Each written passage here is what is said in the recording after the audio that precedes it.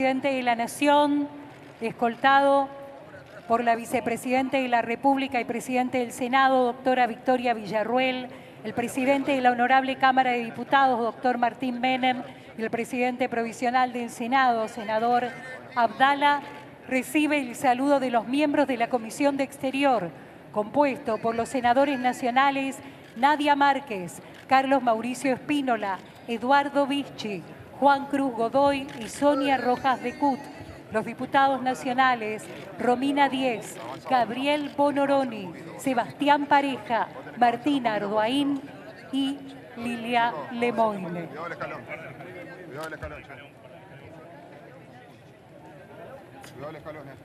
El señor Presidente de la Nación recibe el saludo de los senadores y diputados de la Nación, miembros de esta Comisión de Exterior, y transita a través del cordón de honor que le brindan los cadetes de la Policía Federal Argentina, Comisario General Ángel Pirker. Recibe ahora el señor Presidente de la Nación, doctor Javier Milei, ya en el Salón de las Provincias, el saludo protocolar de la Comisión del Interior, compuesta por los senadores nacionales Ezequiel Atauche, Vilma Bedia, Romina Almeida, Flavia Rollón, Martín Gerling, Enzo Fulone y Natalia Gadano, y los diputados nacionales Juliana Santillán, Cristian Ritondo, Ignacio García Aresca, Gisela Scaglia, Lisandro Nier, Claudio Álvarez y Daniel Vansic.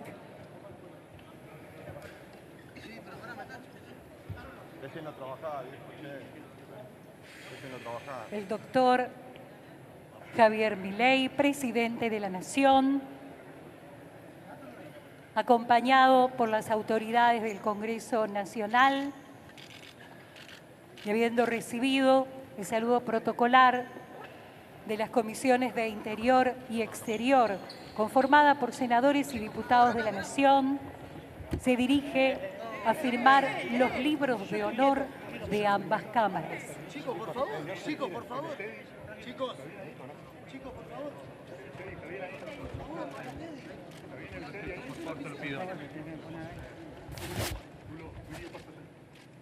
El señor Presidente de la Nación rubrica en primer lugar el libro de honor de la Honorable Cámara de Diputados de la Nación en el Salón Azul del Palacio Legislativo.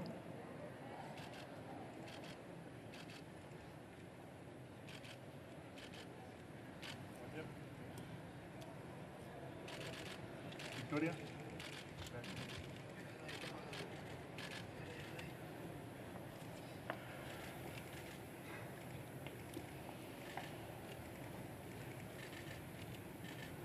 A instantes de pronunciar su discurso de apertura del periodo de sesiones ordinarias 144 del Congreso Nacional.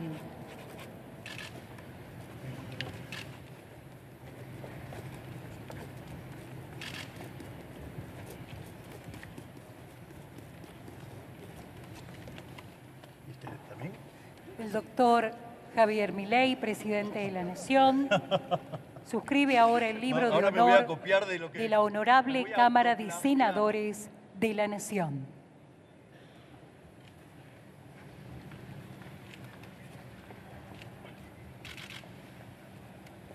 Escoltado en cada caso por los presidentes de la Cámara correspondiente, el Presidente de la Nación rubrica ambos libros.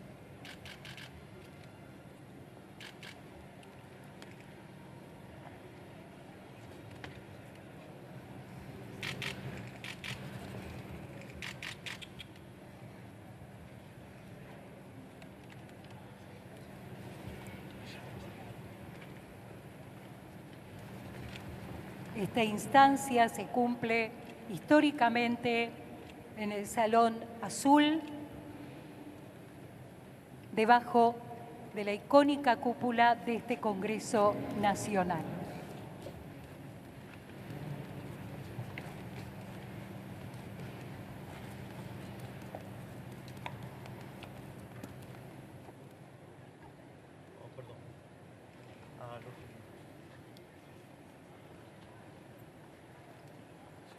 el presidente de la Nación, doctor Javier Milei, da vista al original de la Constitución Nacional, ejemplar que se expone históricamente en la Asamblea de inicio de las sesiones ordinarias cada año. El volumen contiene la Constitución de la Confederación Argentina, constituciones de las provincias, leyes, decretos y resoluciones del Congreso General Constituyente 1852-1854 y el Congreso Legislativo General 1854-57. El señor presidente de la Nación se dirige en este momento hacia el sector del recinto de esta Cámara de Diputados para dar inicio formal a la apertura de las sesiones ordinarias.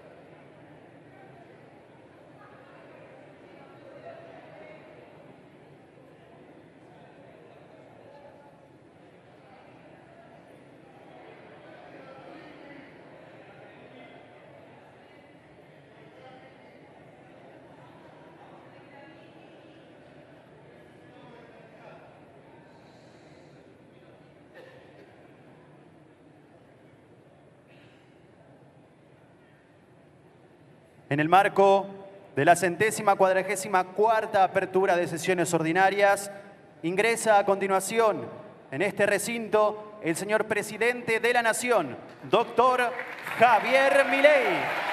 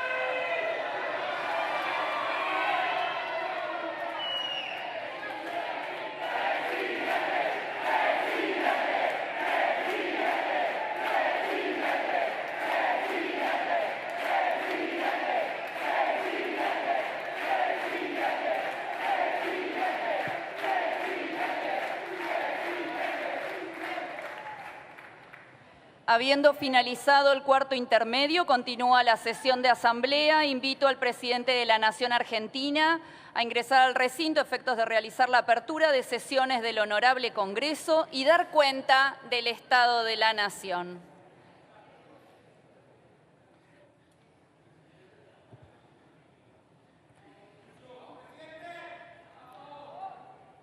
Diputados y senadores del Congreso de la Nación, gobernadores, ministros de la Corte Suprema de Justicia, embajadores, estimados miembros del Gabinete Nacional y a todos los argentinos que nos están escuchando desde su hogar, buenas noches. Además, quiero hacer un saludo muy especial porque hoy en esta casa nos honra el máximo representante de la historia del liberalismo argentino, el doctor Alberto Venegas Lynch. Hijo, gracias, profe, gracias.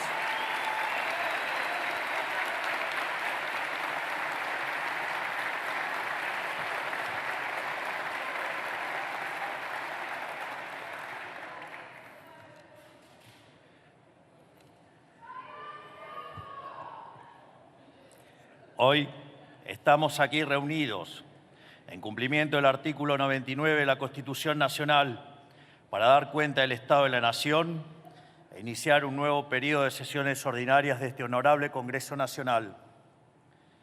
Siendo la tercera inauguración de sesiones ordinarias de nuestro mandato, me gustaría invitarlos a todos a hacer memoria de dónde venimos y así poder entender a dónde vamos y por qué este año en el Congreso será tan importante. Hace tan solo 2 años, la Argentina estaba en una situación de crisis terminal. La continuidad misma de nuestra unión como país estaba en juego. La herencia nos mostraba la combinación de las 3 peores crisis de la historia argentina. Un desequilibrio monetario que duplicaba el de la previa al rodillazo de 1975, durante el gobierno de Isabel Perón. Un banco central en quiebra, aún en peor estado que el que tenía Raúl Alfonsín previo a la hiperinflación de 1989. Y como si todo esto fuera poco, indicadores sociales peores a los del 2001. Un combo que nos hubiera convertido en Venezuela. Esto es, hace 2 años estábamos atrapados sin salida en un eterno presente que destruía nuestra fe y la de nuestros hijos. Hace 2 años estábamos resignados a repetir siempre los mismos errores por la codicia, la impericia y cobardía de nuestros políticos de siempre. Esos que siempre tienen la fórmula para erradicar todos los males y que siempre fracasaron. Sin embargo, hoy volvemos a mirar al futuro con esperanza. Hoy sabemos que hay un camino hacia adelante y sabemos que es posible tomarlo. Hoy estamos haciendo cosas que llevaron décadas pendientes. Hoy no solo hemos dejado de sentirnos como unos perdedores, sino que además sabemos que podemos hacer a la Argentina grande nuevamente.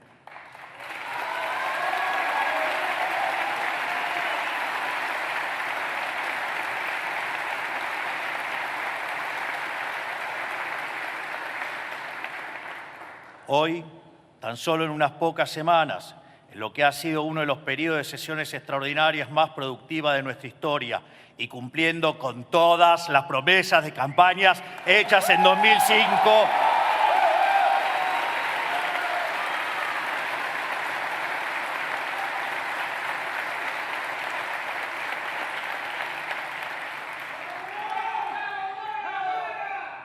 podemos decir, 1, hemos aprobado el primer presupuesto sin déficit fiscal, libre de default en 100 años.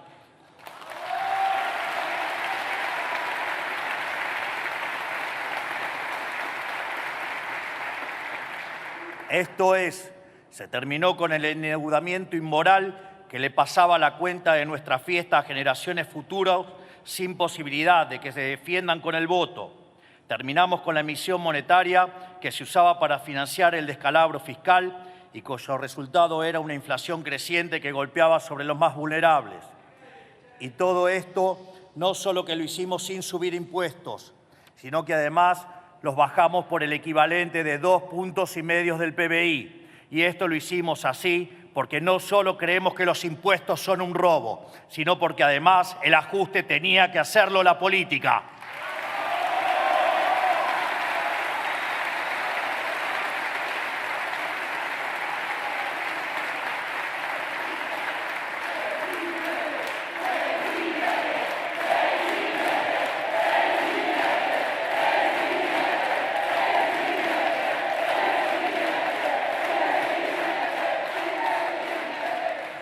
Ustedes también podrían gritar porque soy presidente de ustedes, aunque no les guste.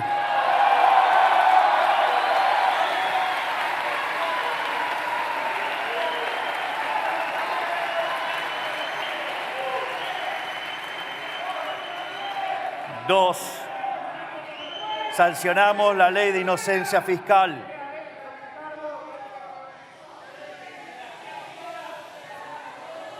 No, ustedes no pueden aplaudir porque se les escapan las manos a los bolsillos ajenos.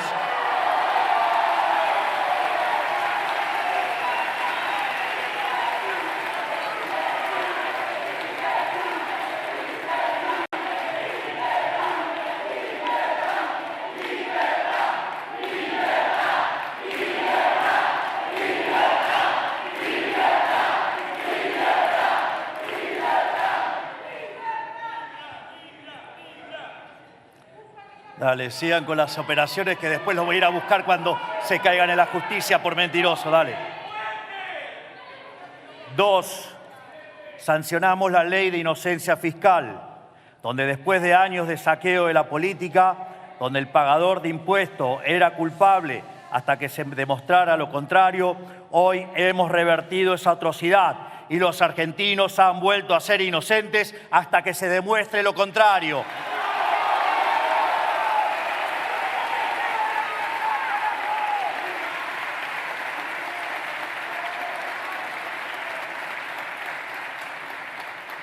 Tres, reformamos la ley penal juvenil, modificando así un régimen penal obsoleto que tenía ya 45 años de antigüedad. Porque tal como lo hemos dicho antes de ser gobierno y lo hemos llevado a cabo en los hechos con la doctora Bullrich, antes ministra de Seguridad y ahora senadora, el que las hace las paga.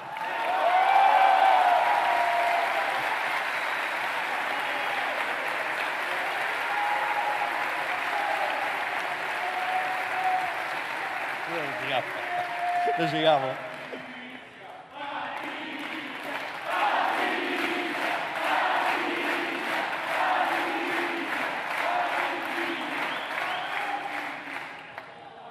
Esto es así porque sin orden y sin justicia no hay futuro posible. Nadie puede pensar en edificar su futuro si no se respeta la ley, la libertad y la propiedad.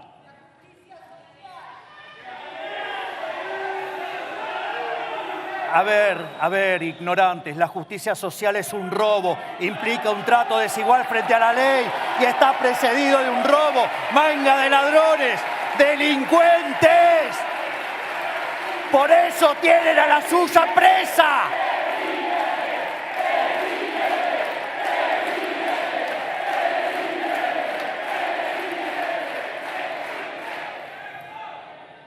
Además, 4, aprobamos la ley. Sí, sigan con las operetas que la gente sabe. Digamos, sabe que son unos mentirosos, saben que los audios son falsos, saben que el que declaró ya dijo que era mentira, pero sigan así ustedes mintiendo a la gente. Digamos, sigan mintiendo a la gente con situaciones que no tienen además los crudos. Vamos, sigan mintiendo. Manga de ladrones, manga de chorros. Por eso tienen a su líder presa. Y va a seguir presa por la causa de los cuadernos. Va a seguir presa por el memorándum de Irán. Va a seguir preso por lo que hizo con Vialidad. Porque es una chorra. Porque fueron los más chorros de la historia.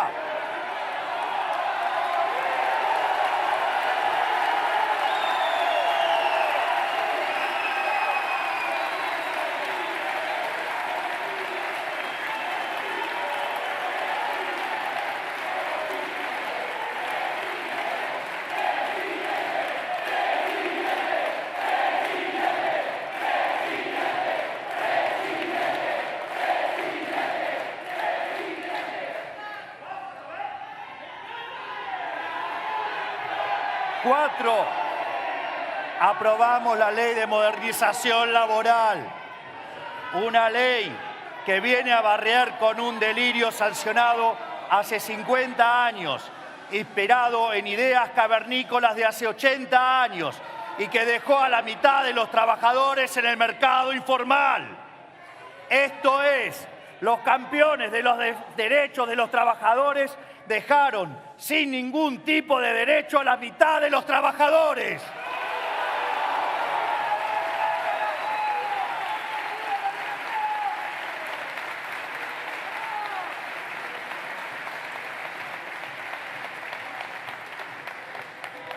Y eso al margen de que se fueron de su último gobierno con una situación en la que el 30% de los trabajadores formales eran pobres.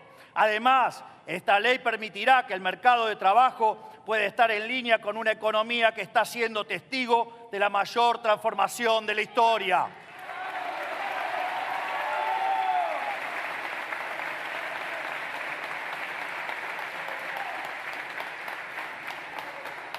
Digamos, ¿qué alergia le tienen a los datos? El desempleo bajó. Dedicate a recitar poemas y hablar de los datos, no, porque de eso no sabes nada.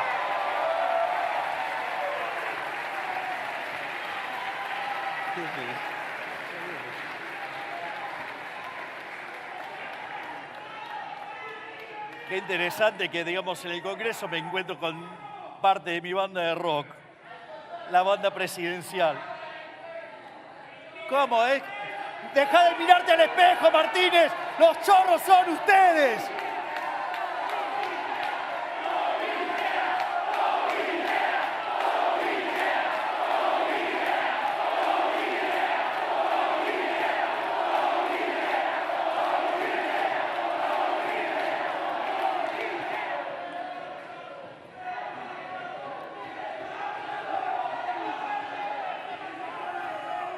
Che, así que aquí un fracasado llegó a presidente.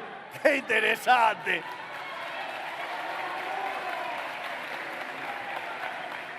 Por último, esta semana nos convertimos en el primer país de la región en promulgar el acuerdo Mercosur-Unión Europea.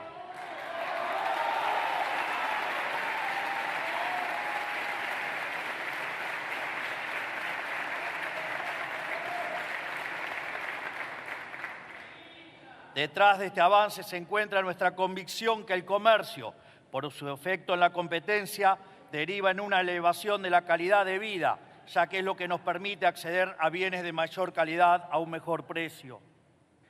Además, logramos un acuerdo comercial con Estados Unidos luego de 21 años de aquel famoso autosabotaje que trágicamente ha sido festejado por nuestra dirigencia. Aún resuena en nuestras mentes la voz de Hugo Chávez diciendo «Alca, Alca, al carajo». Y después nos quieren convencer que no nos llevan a Cuba camino a ser Venezuela también en el medio.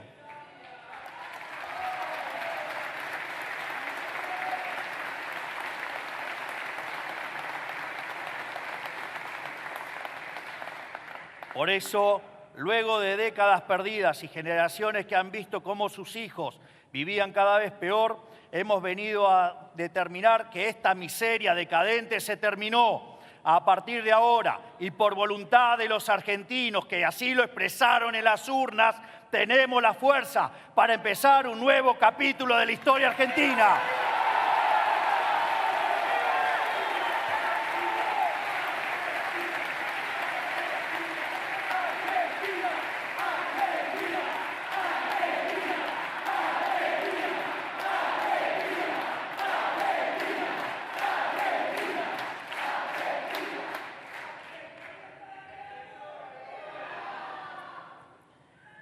Un cambio de época que puede resumirse en un concepto central que es el que guía nuestra conducta y que es el núcleo conceptual de lo que quiero hablarles hoy aquí, en esta apertura de un nuevo periodo de sesiones ordinarias de nuestro Congreso Nacional, la moral como política de Estado.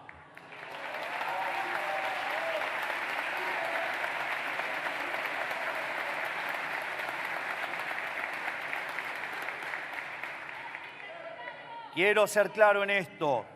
En nuestra visión existe un claro orden de mérito. Dale, los fascistas son socialistas que entendieron que el camino no era la violencia. Por lo menos sé menos bruto y anda a estudiar.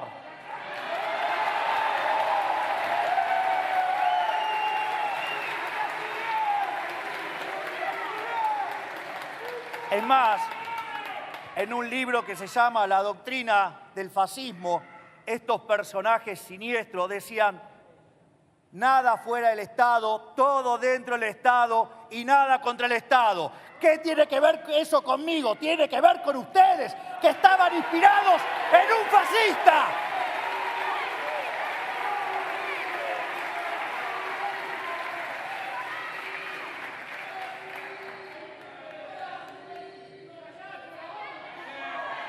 Primero agarrá los libros, después decime todo lo que quieras.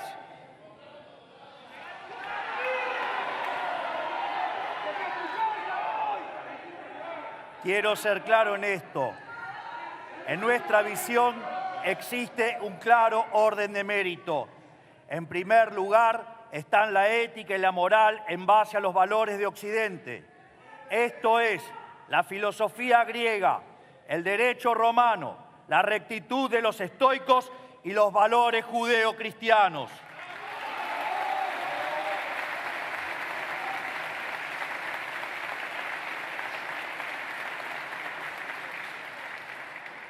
De modo tal que cada una de nuestras acciones sea sobre todo justo en el sentido de Ulpiano. Esto es, la justicia es la constante y persistente voluntad de otorgar a cada cual su derecho. Esto es, la intención de dar a cada uno lo que es suyo, lo que corresponde bajo los preceptos del derecho, que son el de vivir honestamente sin causar daño a nadie.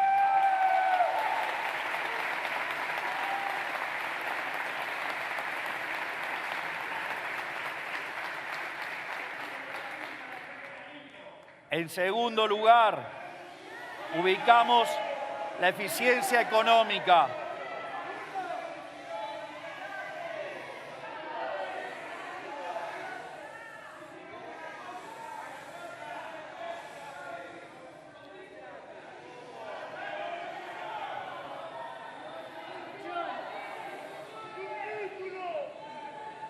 En segundo lugar, ubicamos la eficiencia económica.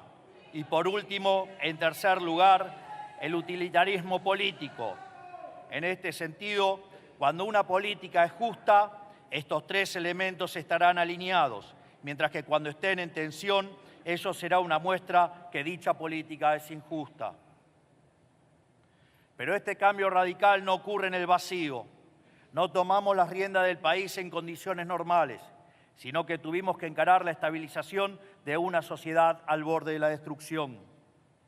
Nuestra moneda nacional había sido destrozada por la emisión desenfrenada de dinero y un extenso historial de defaults soberanos. La falta de inversión, producto de la inestabilidad y la inseguridad jurídica, destruía empresas y puestos de trabajo todos los años. No, digamos, de vuelta, aprendan, vayan, miren los números. Digamos, yo entiendo que ustedes suman con dificultad, pero vayan y miren los números. Les cuento que la tasa de desempleo cayó a pesar de que aumentó la oferta. Quiere decir que aumentaron los puestos de trabajo más que lo que aumentó la oferta. Pero de vuelta. Sería divertido poder debatir con ustedes si supieran algo. Pero ¿qué puedo esperar de ustedes que en el último gobierno emitieron 28 puntos del PBI, 3 en el último año para ganar una elección?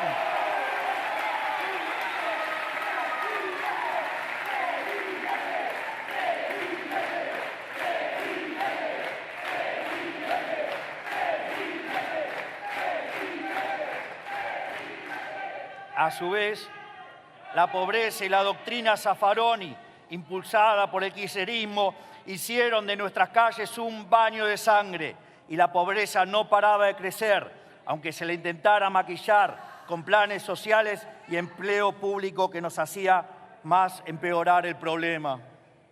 Esto es, recibimos un Estado fallido en todos los ámbitos.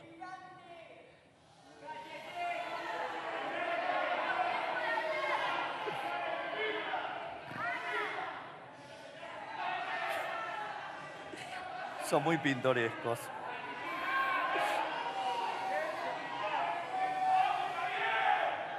El crimen y los homicidios venían aumentando y las calles eran tierra de nadie en los barrios y de los piqueteros en las ciudades. Para agravar la situación, estos piquetes eran financiados con dinero de asistencia social que debía destinarse a los más necesitados. Nuestras fronteras eran un colador, lo que servía como caldo de cultivo perfecto para que el narcotráfico irrumpiera en nuestra sociedad, tal como sucedió en Rosario. Como país no sabíamos quién entraba, no sabíamos quién salía y por eso entraban los peores y se iban nuestros jóvenes.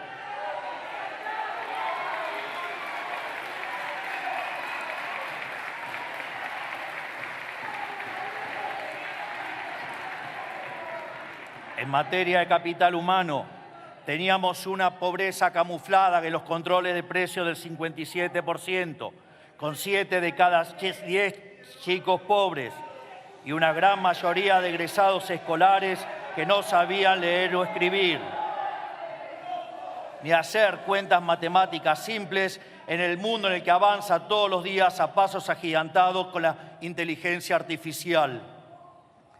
El Estado y las empresas estatales eran utilizadas como aguantaderos de militantes, cuya finalidad no era otra que la de camuflar la incapacidad de crear puestos de trabajo genuinos, producto de la alta presión tributaria y una ley laboral anacrónica.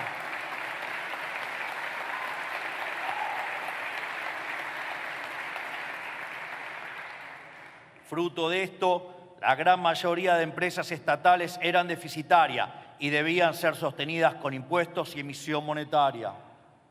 También el Estado estaba tomado por una telaraña inescrutable de regulaciones que sofocaban el libre mercado. Y detrás de cada una de ellas había alguien robándole al argentino con sobrecostos, servicios forzados o multas irrisorias. Algunos casos tan alevosos como el sistema de licencias para importación, a través del cual los amigos del poder podían tener un negocio rentable importando al tipo de cambio oficial y vendiendo al paralelo. Es por ello que no sorprende que haya personas siniestras y algunos de ellos golpistas que en nombre de la defensa de la industria nacional, bajo la pátina de un nacionalismo de pacotilla, defiendan el proteccionismo y el control de capitales con su consecuente brecha cambiaria. Esto es...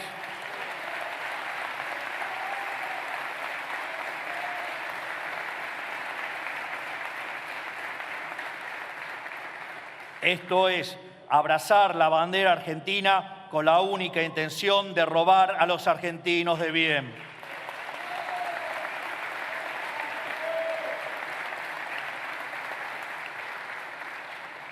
Teníamos una justicia estancada por su excesiva politización, con vacantes en una enorme cantidad de juzgados federales y causas dormidas desde hace años. La política desentendida de todo esto seguía gastando como si no hubiera mañana para asegurarle cargos a sus amigos. Esto llegó al pico de la locura con los 18 ministerios con los que contaba el gobierno anterior, cuando se fueron, porque antes habían tenido 23, bien de comunista.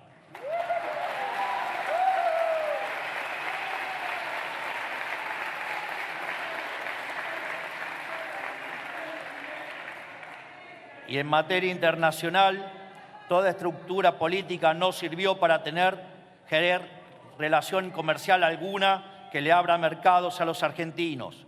Estábamos aislados, solos y temerosos del resto del mundo y por eso nuestra economía era pobre y frágil.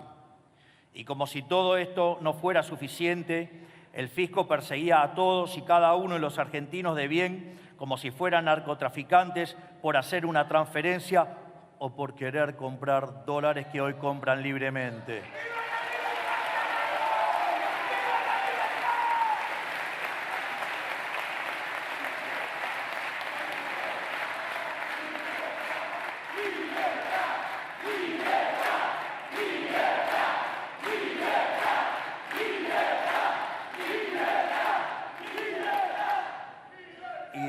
la verdad que podría quedarme hasta la inauguración del año que viene enumerando los sectores críticos que dejó la administración anterior, pero prefiero centrarme en lo que hemos hecho para solucionarlo y lo que nos queda por hacer.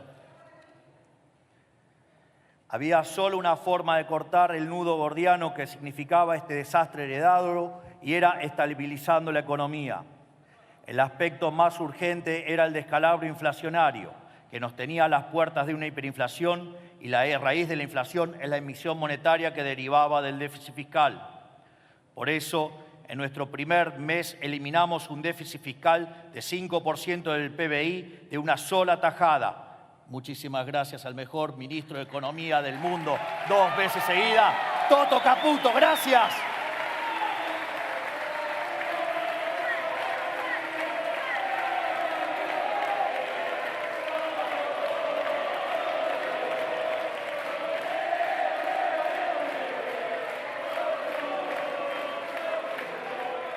Además, esto no lo hicimos aumentando impuestos, como siempre sugieren los populistas, sino recortando el gasto.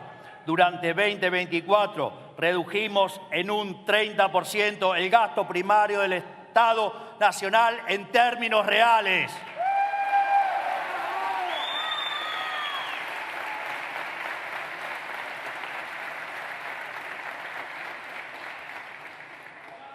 Desde el lado del Banco Central nos concentramos en recomponer su situación patrimonial para que los pesos de los argentinos tengan respaldo.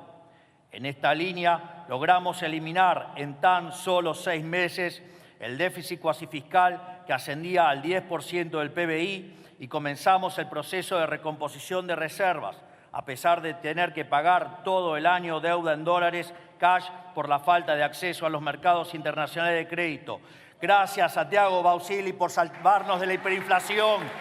Gracias, Pablo Kirchner, por semejante diseño institucional que estabilizamos las economías sin expropiar, sin hacer plan Bonex, sin controles de precios, sin represión, todo a libre mercado.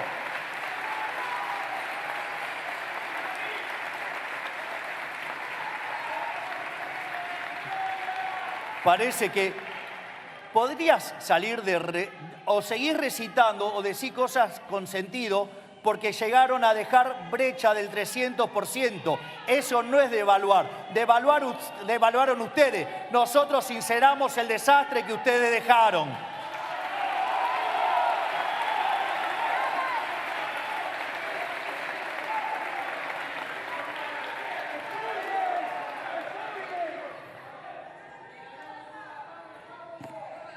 Esta parte tampoco les va a gustar. Digamos, vienen los méritos suyos, doctora. En seguridad, tras un accionar implacable de la doctora Bullrich, hemos impulsado reformas legislativas como la ley antimafia, el registro de datos genéticos y la ley de reincidencia y reiterancia y unificación de condenas para cortar con este flagelo, junto con la puesta en acción del Plan Bandera y el protocolo antipiquetes.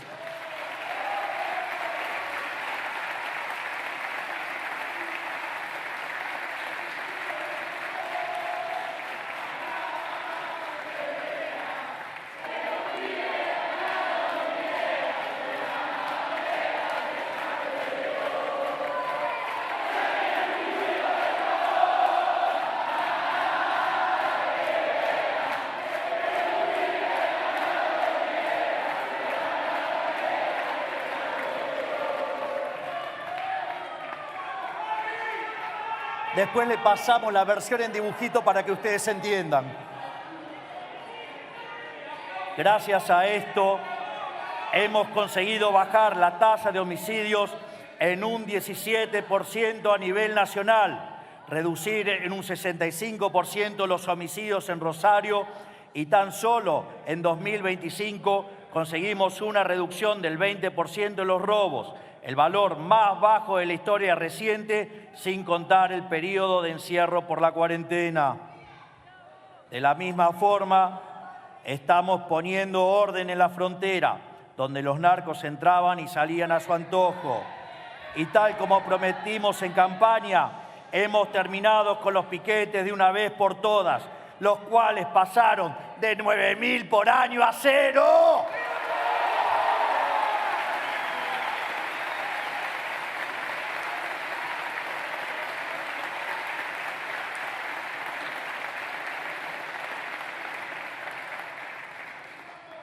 Esto último se hizo de forma conjunta con la ministra Petovelo y todo el Ministerio de Capital Humano.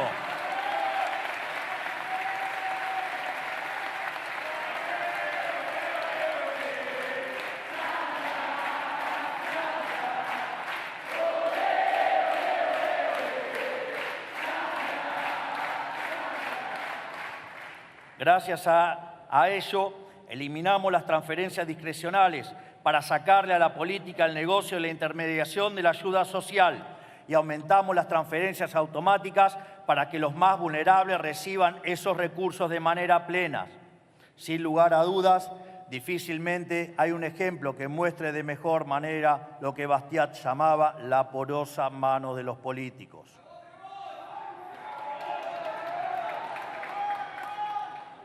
Robar está mal, pero robarle el pan de la boca a los más vulnerables, haciéndolos esclavos para amasar poder, excede a cualquier adjetivo que se pueda encontrar en el diccionario.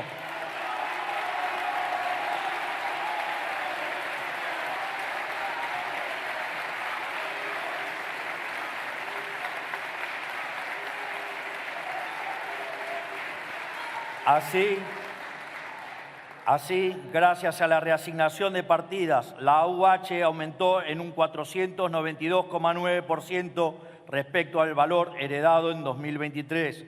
Incorporamos a 600.000 chicos a la AUH, incrementamos en 137,5% la prestación alimentar, aumentamos más de 500% las becas primera infancia y más de 1.100% la prestación primeros 1.000 días.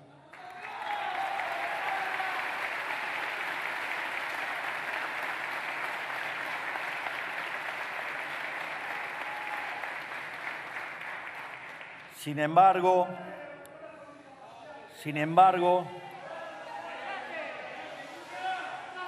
a ver, ustedes que usaron los planes sociales para robar a la gente con la intermediación, o sea, y los condenaban, digamos, a la pobreza y los convertían en esclavos, ¿de qué hablan? Si además no saben ni siquiera sumar. Pero eso sí, ustedes escondían detrás de las causas justas a un montón de delincuentes para que de esa manera después no les toquen los robos. ¡Manga de delincuentes!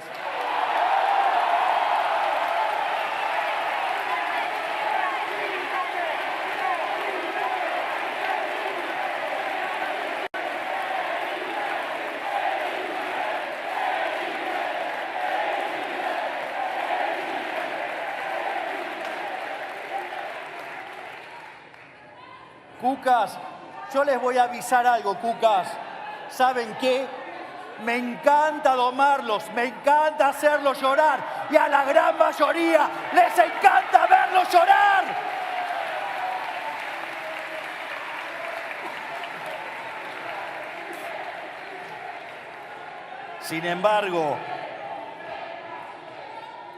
Sin embargo, entendemos que los...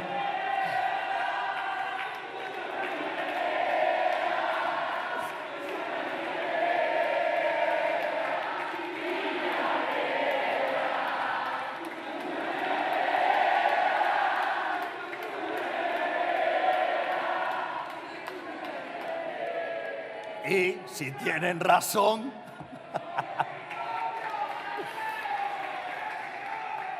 sin embargo, entendemos que los planes sociales no son una solución de fondo, sino una transición. Por eso también estamos reformando la educación inicial y primaria para asegurar los conocimientos básicos de lectocomprensión que las últimas décadas perdieron. Renovamos la currícula educativa, fortaleciendo las competencias fundamentales, ampliando las pruebas a aprender en primaria y secundaria.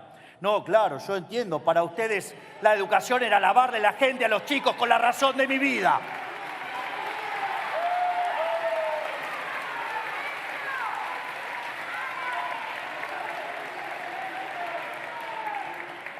Ustedes son muy divertidos para el debate, tienen todo el pasado por delante.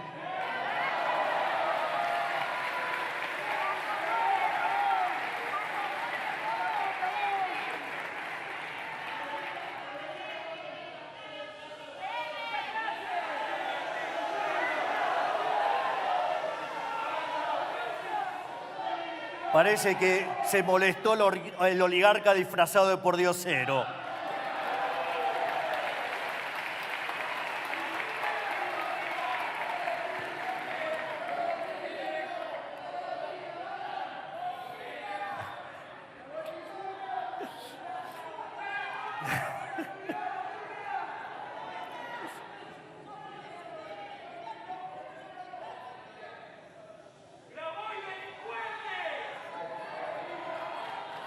Sí, seré muy pordiosero, pero les gané por goleada a ustedes en un balotaje.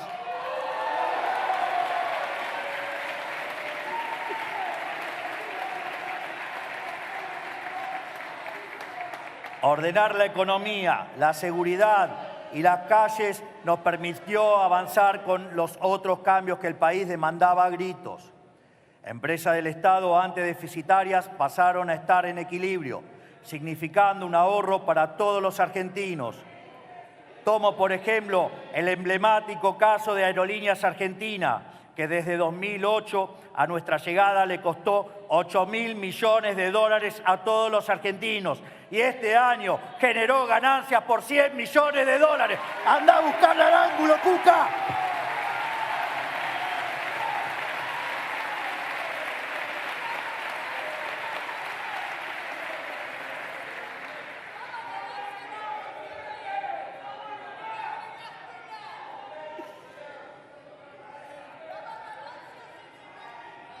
Parece que los estados contables no dicen lo mismo. De vuelta, no sabés leer, no sabés mirar un número. Gracias por confirmarlo. Vaya y lea los balances, señora.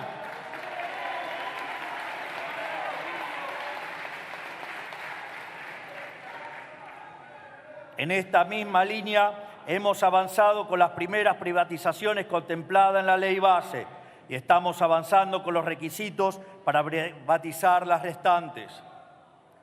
Gracias al trabajo de todo el gobierno, pero en particular de nuestro ministro de Desregulación, el coloso Federico Sturzenegger.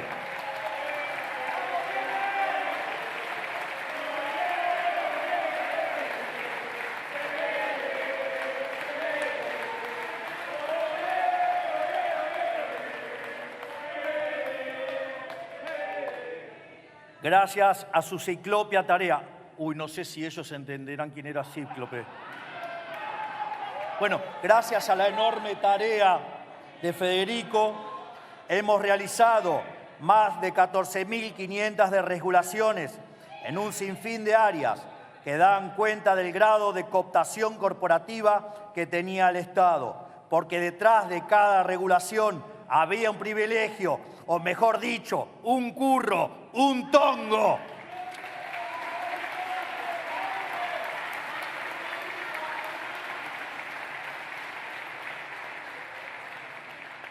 Entre otras cosas, estas desregulaciones nos han permitido marcar récords en el mercado aerocomercial de pasajeros. Le ha permitido a los productores argentinos acceder a mejor maquinaria productiva que la disponible localmente y ha normalizado y potenciado el mercado de los alquileres.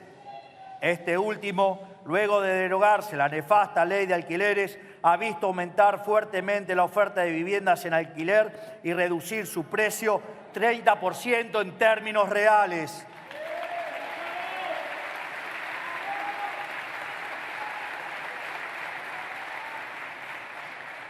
Les cuento, Cuca, porque como ustedes son tan ignorantes en términos reales, es neto de la inflación.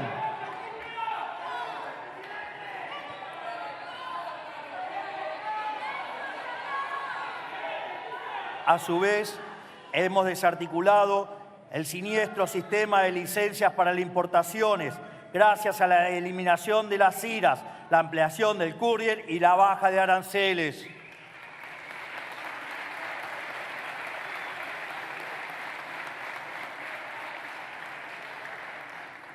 Y todos estos grandes logros parecen pequeños al lado del logro por el RIGI. A través de este sistema de incentivos a la inversión, hemos aprobado proyectos por 25.000 millones de dólares que ya están en marcha y estamos evaluando solicitudes adicionales por 45.000 millones de dólares. Los 32 proyectos presentados se distribuyen en 11 provincias y demandarán más de 60.000 puestos de trabajo directos e indirectos.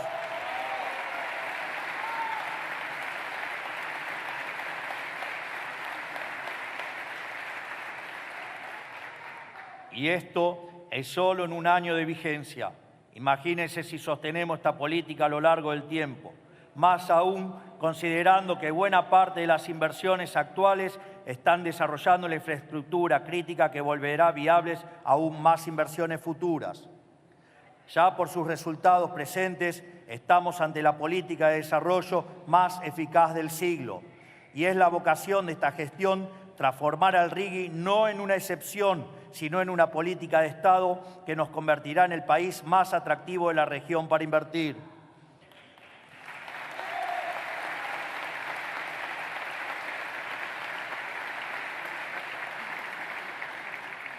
Es decir, la meta no es que el RIGI converja al resto de la economía, sino que el resto de la economía pueda eventualmente tener el mismo trato que el RIGI. En paralelo, hemos conseguido reducir en un 20% la planta estatal.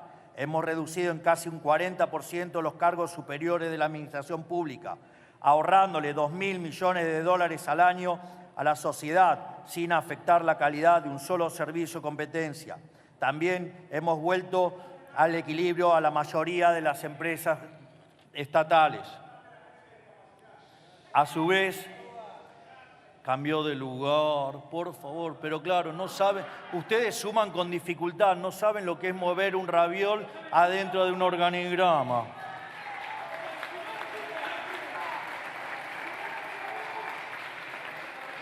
A su vez, esto nos permitió avanzar con la eliminación de impuestos, como el impuesto país, retenciones a las economías regionales y distintas cadenas productivas. Redujimos también percepciones de IVA y de ganancia importaciones de bienes básicos, aranceles a ropa, telas, electrodomésticos, neumáticos, motos, insumos industriales, fertilizantes, herbicidas y productos electrónicos. Bajamos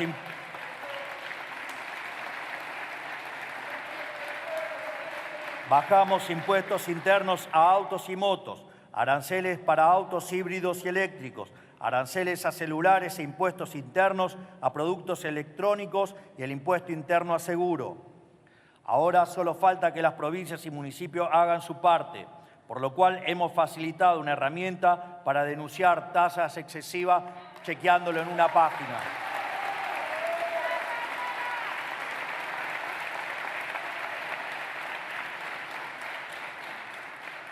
A su vez, acabamos de aprobar el RIMI para medias inversiones que potenciará la expansión de gran parte de las pymes del país, permitiéndoles amortizar rápidamente la compra de bienes de capital.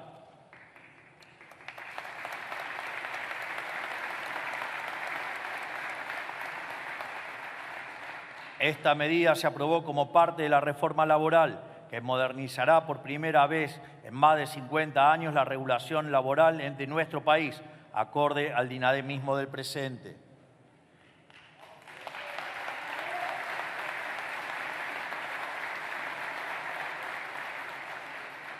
En el orden de la justicia hemos promulgado la Ley de Reiterancia y Reincidencia, la Ley de Juicio en Ausencia, y en las últimas semanas hemos enviado nuevamente al Congreso el proyecto de ley del nuevo régimen penal juvenil. Al mismo tiempo, hemos logrado implementar el sistema acusatorio en el 65% del país y estamos camino a implementarlo en todo el territorio. Todo esto lo hemos hecho con el fin de recuperar el imperio de la ley y mejorar los tiempos de la justicia, dado que una justicia que demora años de justa no tiene nada. En definitiva, todo esto fue un esfuerzo coordinado de las múltiples áreas de falla estatal para evitar la catástrofe. Y fue gracias a eliminar el déficit fiscal y la emisión monetaria que logramos pasar de una inflación que cerró en 2023 por encima del 200% y viajaba a la velocidad del 17.000 anualizado, a una inflación que terminó en 2025 en torno al 30%.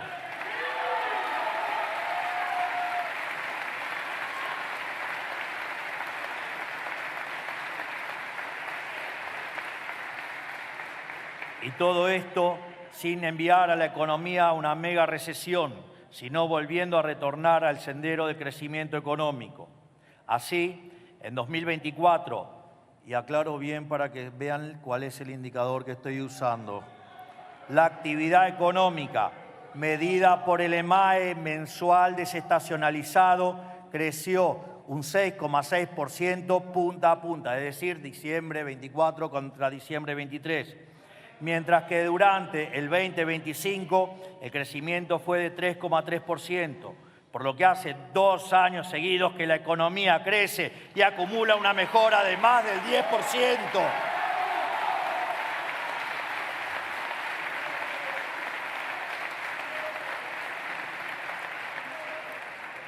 Esto es, estamos saliendo del pozo. Y lo que es más importante, todo esto lo logramos sin expropiaciones ni default, ni hiperinflaciones que hubieran llevado a la pobreza al 90% de los argentinos.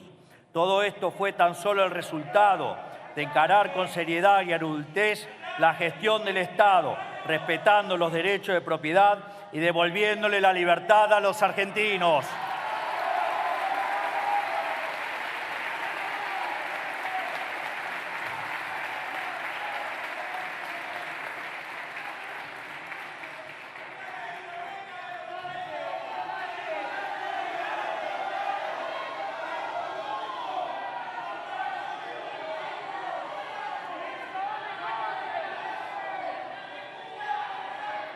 Del Caño, si vos fueras la representación de los trabajadores, ¿sabés qué? Tendríamos un problema muy grave, porque ustedes no son más que el 5%.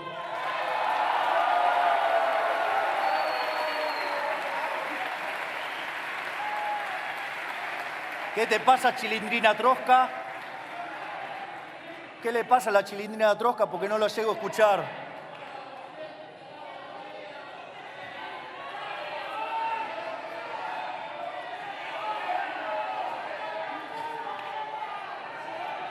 Dale, seguí llorando, Chilindrina, dale.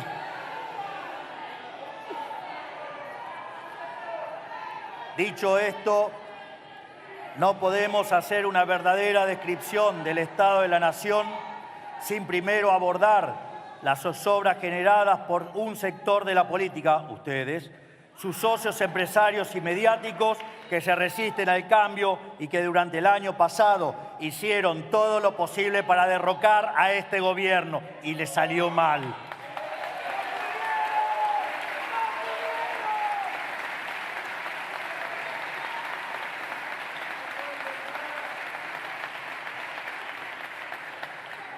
Al haber logrado salir de la tormenta durante el primer año, con un enorme sacrificio hecho por la sociedad argentina, las condiciones estaban dadas para una economía en la que nuestro país pudiera crecer fuertemente, ya que a inicios del año la economía se expandía a una tasa del 6% y se aceleraba camino al 8%. Sin embargo, la oposición estaba dispuesta a todo con tal de volver al poder. Mientras el Poder Ejecutivo, por primera vez en la historia, entraba un año electoral ajustando la política fiscal y apretando la monetaria, la oposición deseó utilizar todo tipo de recursos para destruir el plan económico. El primer ataque fue durante el mes de marzo, previo al acuerdo con el FMI, el cual ocasionó un primer pico de incertidumbre que se tradujo en la suba del riesgo país, suba de las tasas de interés, repunte en la inflación y un estancamiento de la inversión. Sin embargo, superamos el embate y la tasa de inflación para el mes de mayo cayó al 1,5%.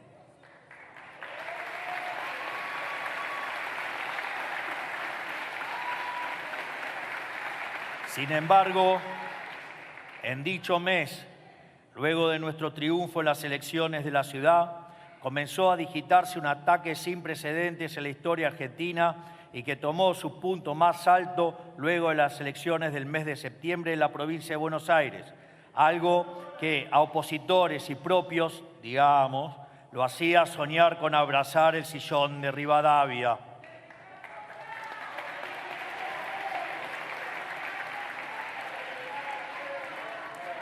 Ese ataque coordinado entre el Congreso de la Nación sancionando leyes irresponsables, algunos medios de comunicación con operaciones y engaños de todo tipo para confundir el electorado y algunos sectores empresarios que apostaban por una devaluación para beneficiarse a costa de los pobres, generó un nivel de incertidumbre en la sociedad pocas veces visto, solamente comparable con el pánico del regreso al kirchnerismo en agosto de 2019 y la crisis de 2001, donde la política no tenía problemas en tirar en la calle uno o todos los muertos que fueran necesarios con tal de volver al poder.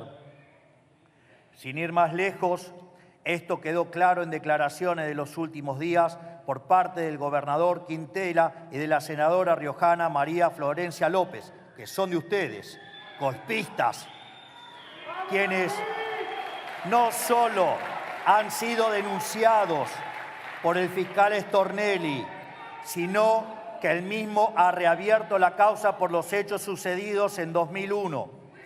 Esperemos que la justicia avance no solo sobre los posibles actos de sedición, sino también sobre quienes pudieran ser sus beneficiarios directos e indirectos de dichas acciones.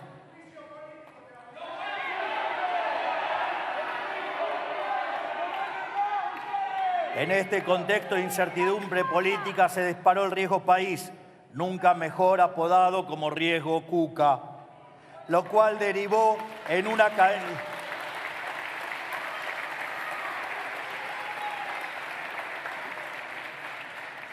El riesgo Cuca derivó en una caída de la demanda de activos denominados en pesos. Así, mientras se atacaba el peso por el equivalente a 50% de M2, esto es, unos 41.000 millones de dólares, la tasa de interés volaban por los aires, la actividad se frenó en seco y la caída en la demanda transaccional de pesos hizo que la tasa de inflación se acelerara. Es claro que esta aventura golpista no fue gratis. Acorde a nuestras estimaciones, se perdieron 2,5 puntos de crecimiento, es decir, el riesgo Cuca nos costó además 25.000 millones de dólares en términos de PBI.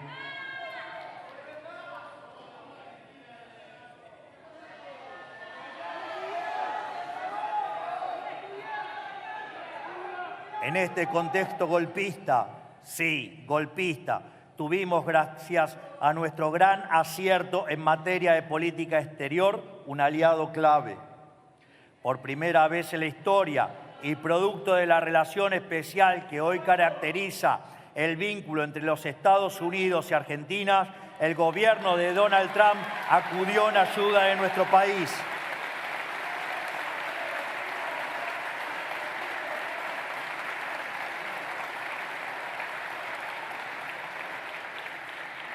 Y esa ayuda no fue por cuestiones económicas, sino para defendernos contra el embate desestabilizadores de los representantes del antiguo régimen, o sea, ustedes, los golpistas de siempre.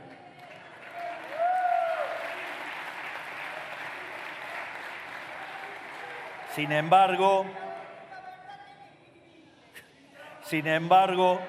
no, es que yo no tengo problema en aceptar los hechos como son. Yo no me peleo con los datos como ustedes. O sea,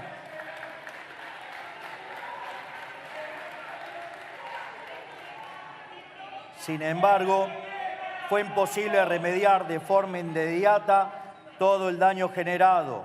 Un daño hecho no al gobierno, sino al pueblo argentino, que tuvo que soportar una vez más las consecuencias dañinas de la ambición de poder de los políticos.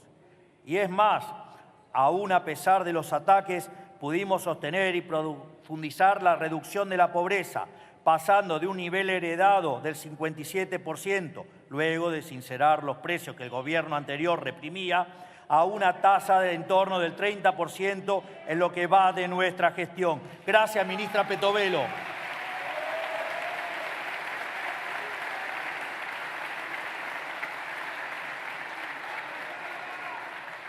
Si bien todavía estamos lejos del objetivo en términos de pobreza, estos datos nos llenan de orgullo y esperanza.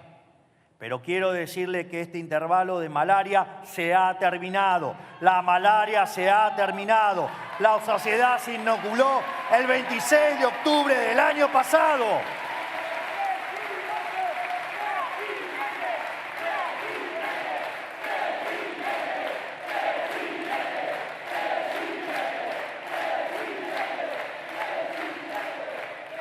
Hoy, como lo ha demostrado este periodo de sesiones extraordinarias que culminó hace unos días, en el que aprobamos algunas de las reformas más importantes de las últimas décadas.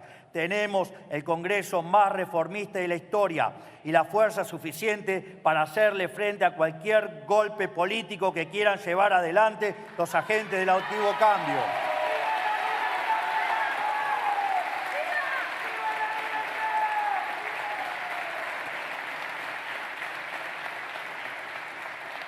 Además, antes de continuar con la lógica del discurso, quiero darles las gracias a la Cámara de Diputados, a la Cámara de Senadores, por el enorme trabajo que hicieron, tanto los que nos acompañaron como los que sabotean y quieren hundir al país, porque soy presidente para los 47,5 millones de argentinos.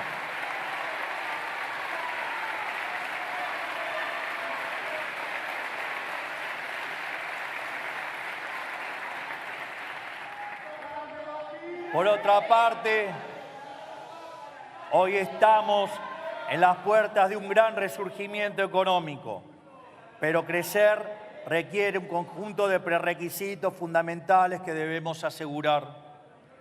Lo primero y requisito fundamental es garantizar las condiciones macroeconómicas básicas, que ha sido la gran tarea de nuestros primeros 2 años de gestión. Para ello, nada más importante que seguir defendiendo con uñas y dientes el equilibrio fiscal y una política monetaria restrictiva que permita terminar de una vez y para siempre con el flagelo de la inflación. La primera permitirá seguir bajando el riesgo país, por ende la tasa en dólares, mientras que la segunda hará posible que la tasa nominal en pesos baje, al tiempo que baje la distorsión de precios relativos que causa la inflación. Nótese que esto deriva en una mejor asignación de recursos y en una baja endógena en la tasa de interés que lleva a mayor acumulación de capital, mayor productividad, salarios más altos y menores niveles de pobreza e indigencia. Es más, la baja del gasto que permitió bajar tanto impuestos explícitos como implícitos derivan en mayor libertad económica y por ende mayores niveles de prosperidad. Segundo, tenemos los impulsores de crecimiento de largo plazo sustentados en 3 pilares simultáneos. El primer pilar es la desregulación de la economía. Esta política de exterminar regulaciones no solo es una forma de restaurar derechos de propiedad, sino que además libera rendimientos crecientes, los cuales son las bases del crecimiento económico. Si no eliminamos este punto, todo lo demás será en vano. El segundo pilar es el capital humano. La productividad de una nación y su proyección hacia el futuro descansa en las espaldas de una ciudadanía correctamente nutrida, educada y protegida. Sin alimento no hay un correcto desarrollo cognitivo. No se puede educar y no se puede ser participante activo en la economía. Por eso, los niños son una prioridad absolutamente de este gobierno. Qué paradójico que lo que pongamos primero a los niños seamos nosotros, cuando ellos, su líder original, decía que los privilegiados serán los niños y lo único que hicieron es meter 7 de cada 10 bajo la pobreza.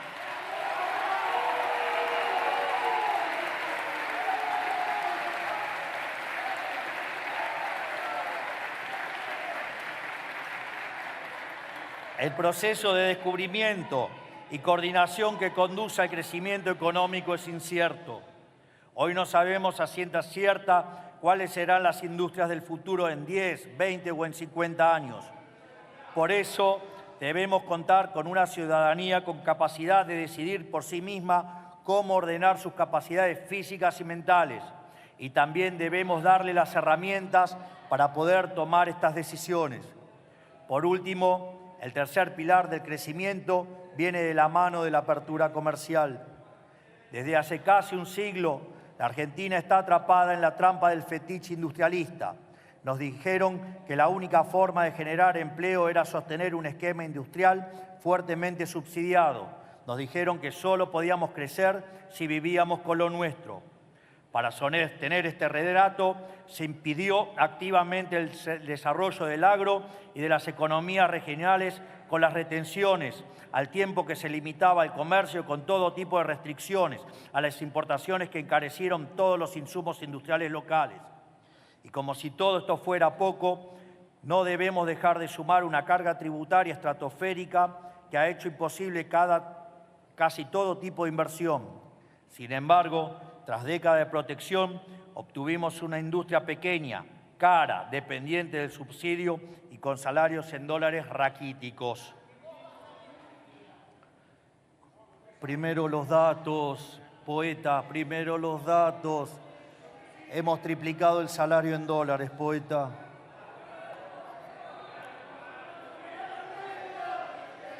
¿Qué fiesta se haría Milton Friedman con estos cavernícolas, por Dios?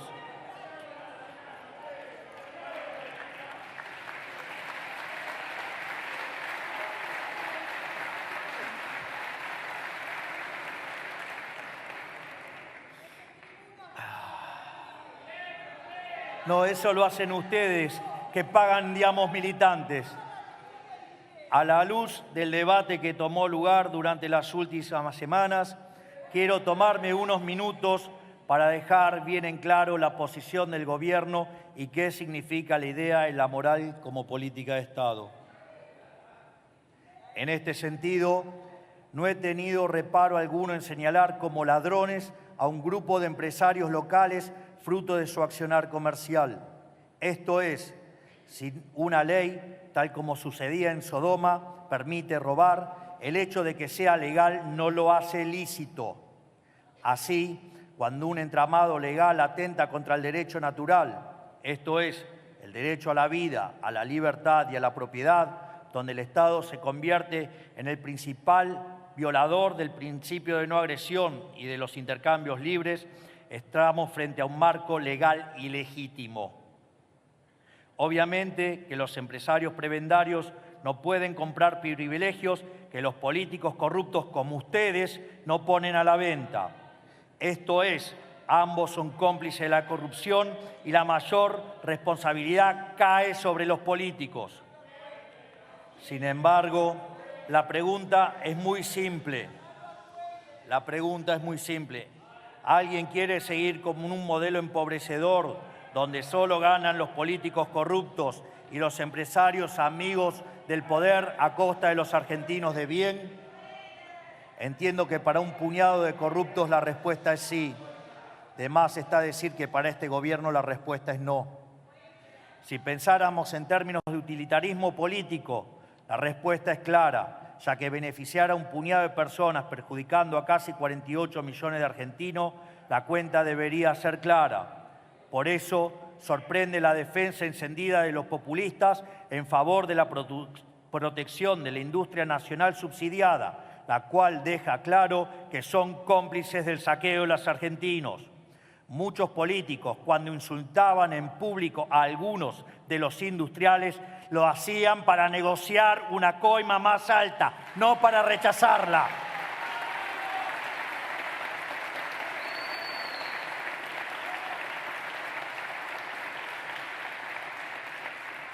¿O acaso les parece normal pagar la tonelada de tubo de acero $4.000 cuando se paga 1.400 y que si no se accede a dicho capricho se amenaza con adelantar el pago de dividendos para intentar poner en jaque al mercado de cambios? No, ustedes son políticos corruptos que le venden favores a empresarios corruptos y ustedes se beneficiaban, ustedes y los empresarios corruptos, a costa de todos los argentinos.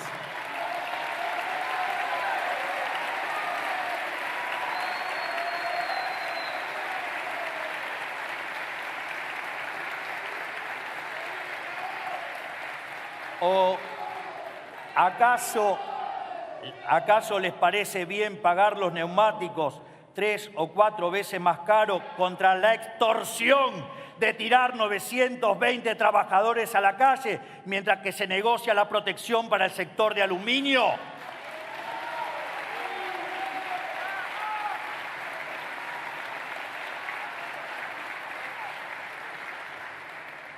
¿O acaso les parece bien pagar una remera básica $50 cuando la importada cuesta 5?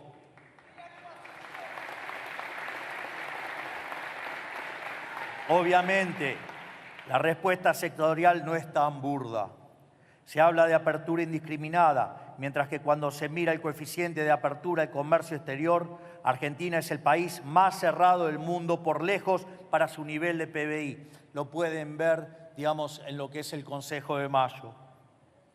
No solo eso, en el ranking de apertura del Banco Mundial, Argentina está en el puesto 178 de 179 países. ¿De qué apertura indiscriminada me hablan? Están hablando de defender los privilegios de los cazadores del zoológico.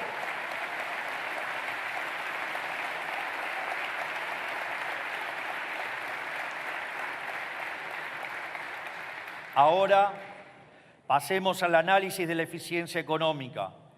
Una de las grandes mentiras que nos han inculcado es que abrir la economía perderá puestos de trabajo. En el caso argentino, pese a lo que repiten los profesionales de la mentira, durante nuestra gestión no solo que no aumentó el desempleo, sino que además esto pasó en un contexto donde aumentó la cantidad de personas que buscan trabajo. El análisis es muy simple. Cuando uno abre la economía, eso permite a los consumidores el ingreso de bienes de mejor calidad a menor precio. Obviamente, si la empresa local no puede competir, quiebra y despide gente. Sin embargo, eso es una parte de la historia.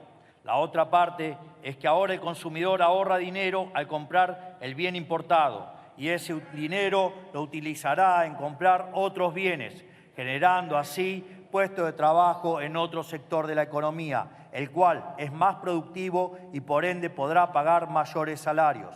En definitiva, suben los salarios y los precios son más bajos, se consume más y el bienestar aumenta. Ganan 48 millones de argentinos y pierden unos pocos, los empresarios que son ineficientes y los políticos corruptos. Salvo para este grupo de poder, el resto todos ganan.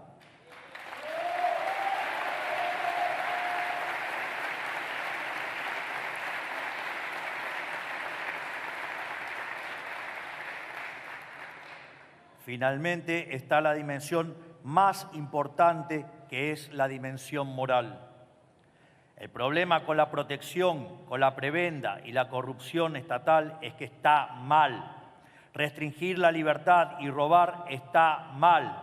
Restringir el comercio es cercenar la libertad de disponer del dinero que una persona se ha ganado con el sudor de su frente. Además, la restricción comercial permite que abusivamente se deba pagar un precio mucho más alto que el de mercado, y dado que esto es posible por el accionar violento del Estado, esto constituye un robo. Es más, el hecho de que sea legal no hace que sea legítimo, sino que hace al político un traidor a la patria. Es más, si el político cobra coimas por conceder dicho privilegio, esto implica un caso de corrupción. Si no, digamos, vayan y revisen la causa de la jefa de la banda.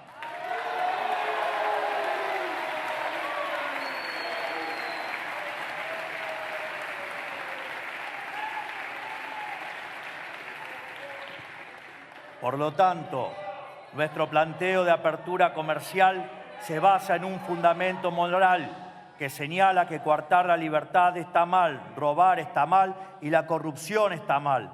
Además, nuestra política promueve la eficiencia, por lo que implica mayores salarios y menores precios, más consumo, tanto presente como futuro, y por ende mayor bienestar. Finalmente, y como si todo esto fuera poco, mejoran las condiciones de vida de casi 48 millones de seres humanos y solo pierden los ineficientes y los delincuentes. Por eso, Esto demuestra no solo la superioridad de nuestras políticas, sino que además el principio de revelación nos muestran quiénes son los enemigos de los argentinos.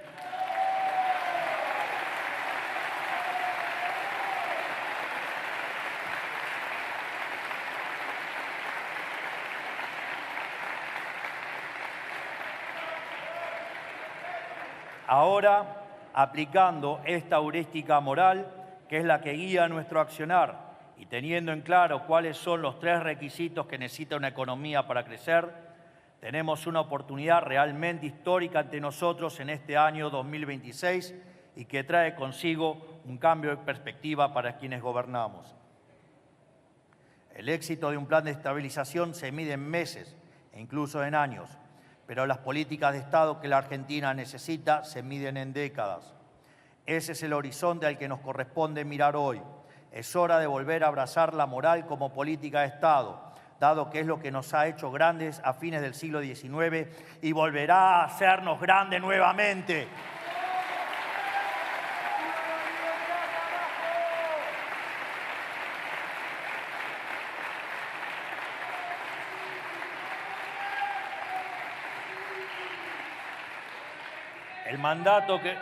El mandato que la sociedad nos dio no puede ser más claro. Nunca el Congreso de la Nación tuvo una composición tan reformista como esta. Desde hace 100 años nuestro país carga con falsos consensos y fórmulas que nos llevaron de ser un país próspero a uno pobre y nos dejaron en diciembre de 2023 al borde de la peor crisis de nuestra historia. Dedicaremos este año a examinar la organización jurídica e institucional que nos trajo hasta aquí y construir una arquitectura nueva, la arquitectura que tendrá el Estado argentino en los próximos 50 años, teniendo la moral occidental como política de Estado. Es la hora de la visión, es la hora de pensar como nación y no solo como gobierno. Es hora de abrazar políticas de Estado por primera vez en un siglo y que estas políticas le devuelvan a los argentinos de a pie la capacidad de soñar con un futuro mejor para ellos y para sus hijos. Es nuestra verdadera tarea y nuestro verdadero mandato.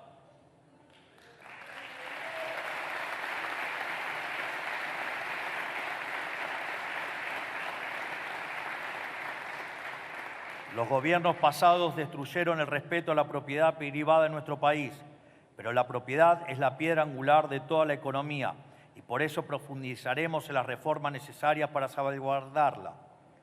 Así, vamos a combatir esta anomia con las reformas del Código Civil y Comercial, el Código Procesal Civil y Comercial y un paquete de leyes destinado a proteger los derechos fundamentales de los argentinos, de quienes solo saben vivir de lo ajeno, incluyendo la codificación que establece la defensa del consumidor y de la competencia. Además, enviaremos al Congreso proyectos que barrerán con una montaña de cadenas regulatorias y darán rienda suelta a la inversión en industrias hoy muertas para que puedan producir, innovar y generar empleo. Pero eso no es suficiente. También tenemos que reformar nuestro esquema impositivo.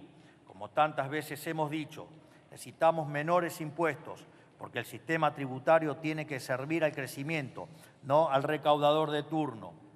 Y para galvanizar todas estas reformas, vamos a seguir profundizando en materia de apertura económica y acuerdos comerciales. Ratificaremos el acuerdo con los Estados Unidos, así como lo hicimos con la Unión Europea. Reformaremos el Código Aduanero para adecuarlo a nuestros nuevos desafíos. Y también nos integraremos a los tratados internacionales necesarios, porque debemos sentarnos en la mesa del comercio internacional hasta ser tan relevantes que nuestros intereses no puedan ser desoídos. Y esta relevancia proviene del aprovechamiento de nuestros recursos. Es así que vamos a buscar remover las barreras legales que se interponen entre la sociedad y su riqueza. Vamos a construir un marco legal robusto que permita el desarrollo primario para beneficio de todos los argentinos, con cuidados pero lejos de prejuicios ambientalistas absurdos. Y me refiero a todos los recursos, a los minerales críticos como el cobre y el litio, a la pesca y a la agricultura, a los hidrocarburos convencionales y no convencionales, a las economías regionales y al sector agropecuario. Y como la política y las instituciones son las columnas vertebrales del crecimiento, debemos reformarlas para que dé el soporte del peso de este futuro. Por demasiado tiempo la política fue usada para tejer una especie de mafia unida por una solidaridad depredadora, con el propósito común de vivir del que produce. Eso es lo que hacen ustedes. Digamos, se llama justicia social, vivir del trabajo ajeno.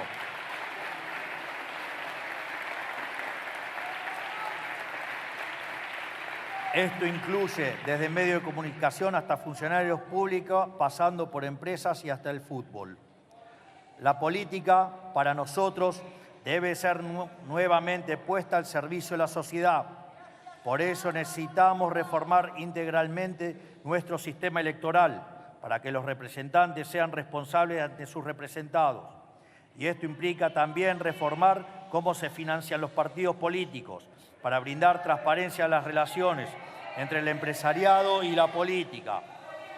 Este es el camino para eliminar la influencia de las mafias y el narcotráfico en los asuntos del Estado. Y esto también aplica a la promiscuidad histórica entre la política y la justicia. La justicia está trabada porque fue capturada por disputas políticas ajenas a su propósito original. Por eso presentaremos proyectos que vuelvan a hacer del Poder Judicial una herramienta democrática, republicana, ágil, rápida, eficaz y por sobre todas las cosas que sea justa.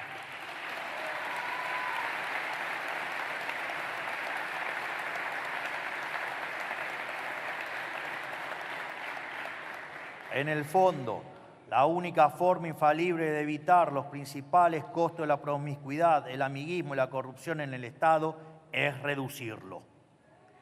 El Estado presente, que pretende hacerse cargo de todos los órdenes de la vida, fracasó.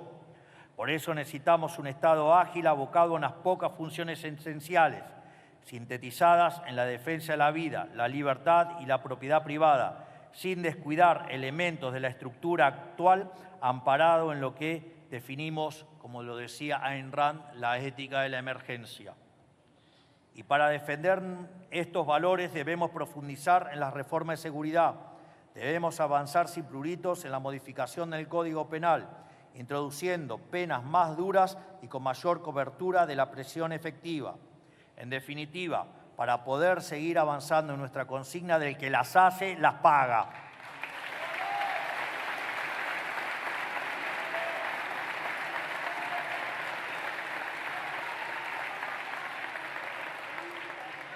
En cuanto a la justicia, también debe ser transformada.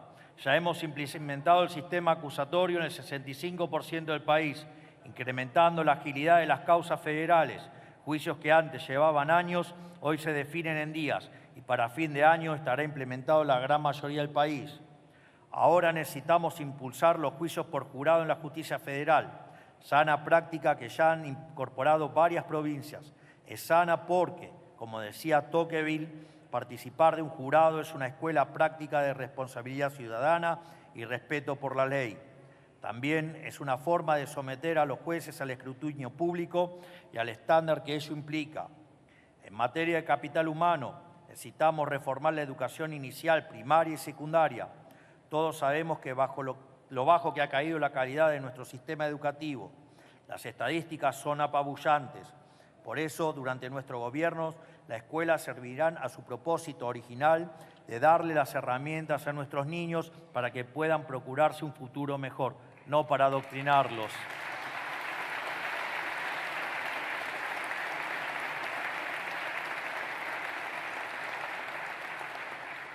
Tampoco podemos ser un país indefenso ante amenazas externas en un mundo que exige cada vez más preparación.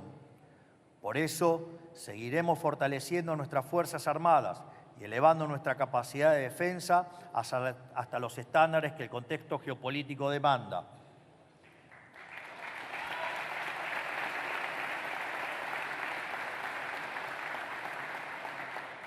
En este sentido, ya hemos iniciado un proceso sostenido y responsable de recuperación y modernización del instrumento militar, tras décadas de postergación. Hemos llevado una modernización histórica del equipamiento militar a través de la incorporación de 24 aeronaves F-16, helicópteros de montaña y vehículos Strykers, entre otros. Un sistema de defensa acorde a la amenaza del presente es el escudo que necesita la prosperidad que vamos a construir como nación. Muchas gracias. Hoy, diputado Petri.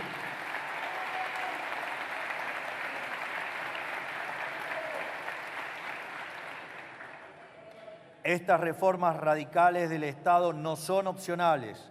Hoy se está configurando un nuevo orden mundial y la forma en que nos insertamos en él determinará el destino de nuestro país.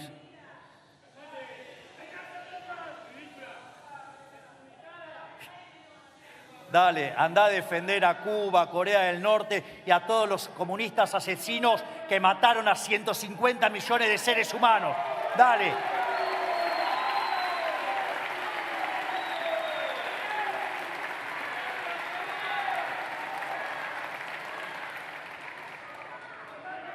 La era de la cooperación global sin brújula moral ha terminado. Entramos a una nueva era de grandes naciones que compiten por asegurarse cadenas de valor verticales.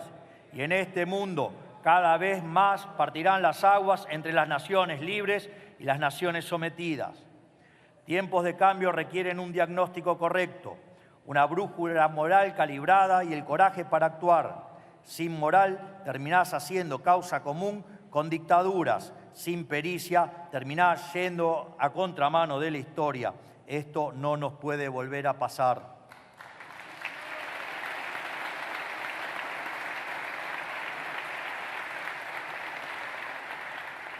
En este nuevo mundo, las dos capitales más importantes que puede tener una nación son sus recursos y su ubicación. Argentina tiene los dos, pero nuestra ventaja no es solo de recursos, es de acoplamiento. Cuando hablo de capital humano, hablo de la gente. Usted no puede ser tan ignorante. Su ignorancia lastima.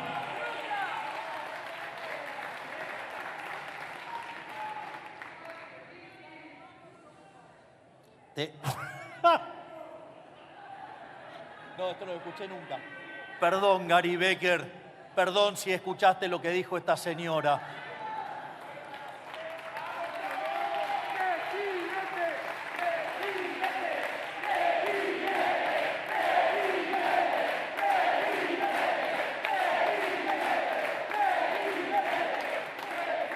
Tenemos los minerales críticos que necesita Occidente.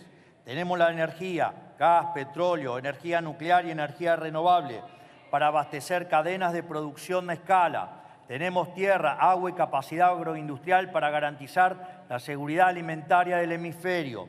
Y tenemos la ubicación, el extremo sur del continente, con salida a 12 océanos y presencia en la Antártida. Somos un eslabón natural de la cadena de valor estratégica de Occidente. No, claro, ustedes que se entregaban a Venezuela y que se entregaban a los terroristas de Irán que nos metieron 2 bombas. ¡Dale! Donde la corrupta además firmó un memorándum y venía a explicarme qué pasó con Nisman. ¡Dale! ¡Manga de asesinos y chorros!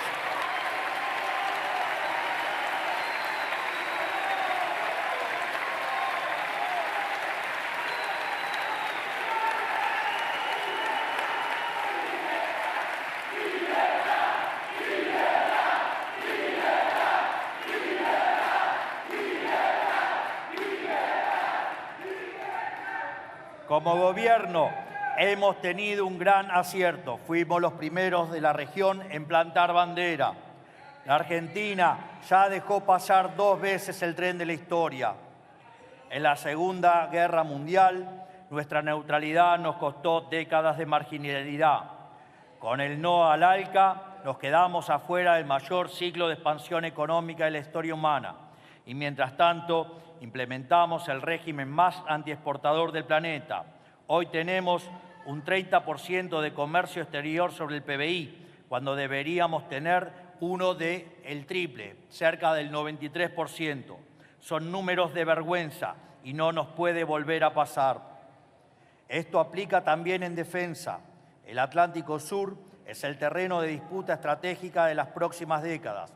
Rutas comerciales, recursos naturales, soberanía marítima y la presencia creciente de actores que no comparten nuestros valores. Quien lo controle controlará una parte clave del trabajo global. Argentina tiene que ser ese actor.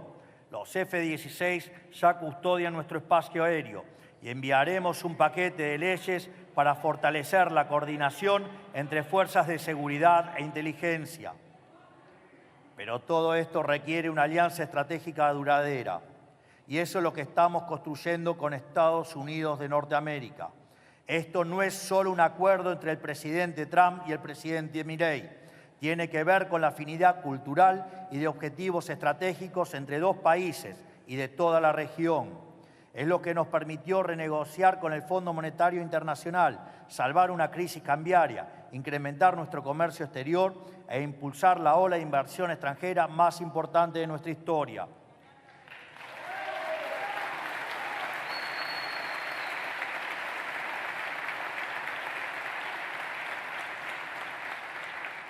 Es hora de hacer de esto una política de Estado.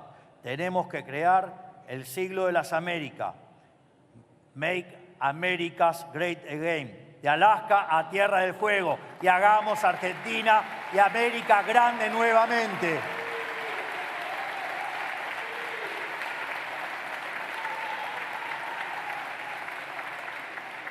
Y como la grandeza requiere tiempo para hacerse realidad, ahora quiero anticiparles cómo se va a ver el país al que ya estamos yendo. Argentina está experimentando varios procesos virtuosos. El primero es la energía. El año pasado exportamos 80.000 millones de dólares totales.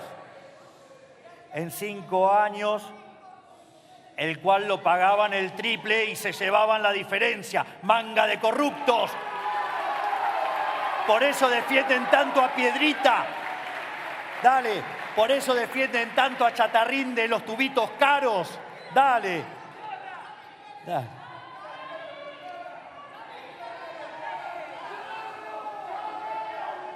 Si no hubieran ustedes estado rompiendo todo, seríamos un país grande. Desde que lo llegamos a hacer a fin del siglo XIX. Así, en 5 años, el complejo energético por sí solo estará exportando unos 50.000 millones de dólares. Esto no es una esperanza, ya es una realidad. El Gran Neuquén en pocos años será otra de las metrópolis argentinas.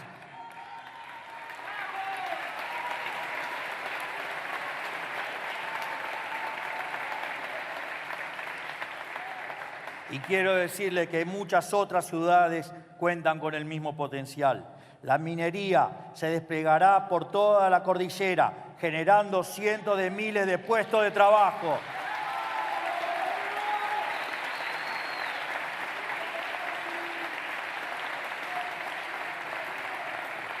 De hecho, si no fuera por cavernícolas como ustedes, hiciéramos las cosas no como una gran hazaña, sino como la hace Chile, la cordillera nos daría 1 millón de puestos de trabajo reales, no cosas inventadas en el sector público para tapar, las atrocidades en materia de empleo. Quiero argentinos produciendo, no argentinos parásitos.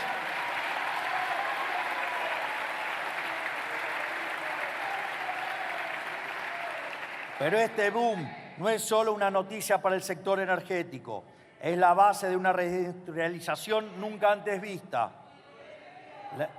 La energía barata es el insumo transversal que cambia la ecuación de localización industrial. Donde hay energía abundante y barata, se instala la industria pesada. Veremos crecer la petroquímica, la siderúrgica, el aluminio, pero no el del tongo, la producción de hidrógeno, el procesamiento de litio y minerales críticos. Y veremos data centers y capacidad de cómputo instalarse en la Patagonia, donde el frío natural y la energía implican y crean condiciones únicas para la infraestructura de la inteligencia artificial. Al margen, del capital humano enorme que tenemos para responder a esa demanda.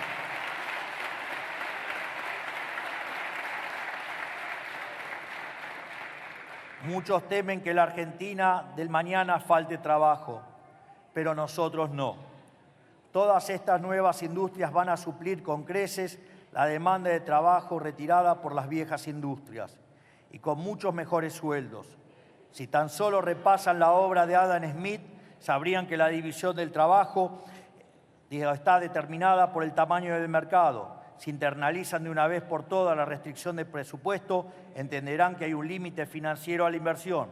Y si por si acaso un delirante creyera que se puede financiar emitiendo dinero, chocaría con la restricción física de que los seres humanos solo disponemos de 24 horas por día, lo cual deja sin sentido los escenarios apocalípticos. ¿No les gusta Adam Smith? ¿No les gusta el argumento sobre el odio a la máquina de Henry Hazlitt, que está en la economía en una elección que destruye la falacia ludita a la que ustedes aluden? ¿Odian a Bastiat? Ok, no se hagan problema.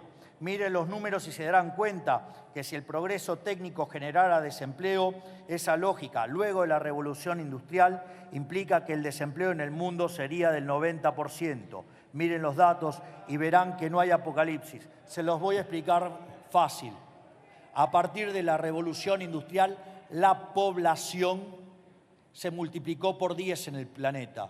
Si lo que dicen las bestias ignorantes, brutas que están acá, ¿sí?, digamos, tuvieran razón, no se hubiera creado un solo puesto de trabajo más. Entonces hubiera quedado el empleo, al menos, como mucho, de ese 10% de la población. Por ende, habría un desempleo de 90%. Y ustedes estarían al duplicar los votos a la representación que aspiran.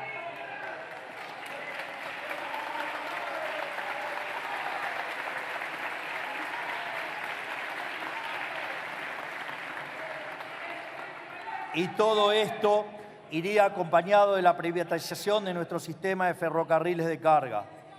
En un año tendremos toda la red experimentando su modernización más grande en más de un siglo. El sector agropecuario también tendrá su revolución. Estamos en condiciones de producir 300 millones de toneladas de grano, duplicando la producción actual. Para ello, daremos un régimen de derecho de propiedad a los innovadores en semillas. Continuaremos el sendero de baja de retenciones de forma responsable y solo en la medida en que el superávit fiscal lo permita.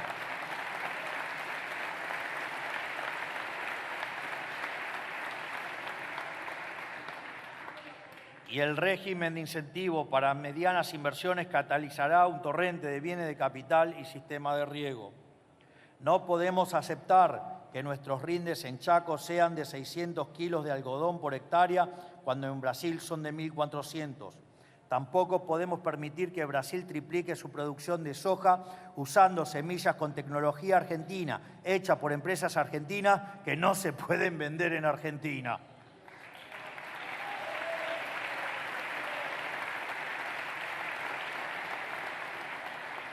Impulsado por estos sectores, se expandirá el sector financiero, que ayudado por la ley de inocencia fiscal, empieza a recorrer el camino para quintuplicar su tamaño. Producto de todos estos procesos virtuosos, se generará un nuevo sentido de orgullo nacional, sustentado en lo que pueden hacer los argentinos, no en lo que los políticos dicen que deben hacer el Estado.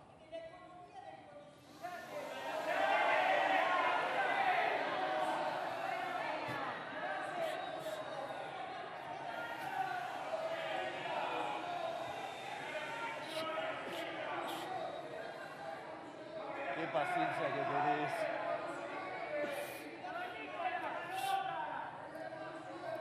¿Con qué crees que van a funcionar los data centers? Dale. No puede ser que sean tan brutos.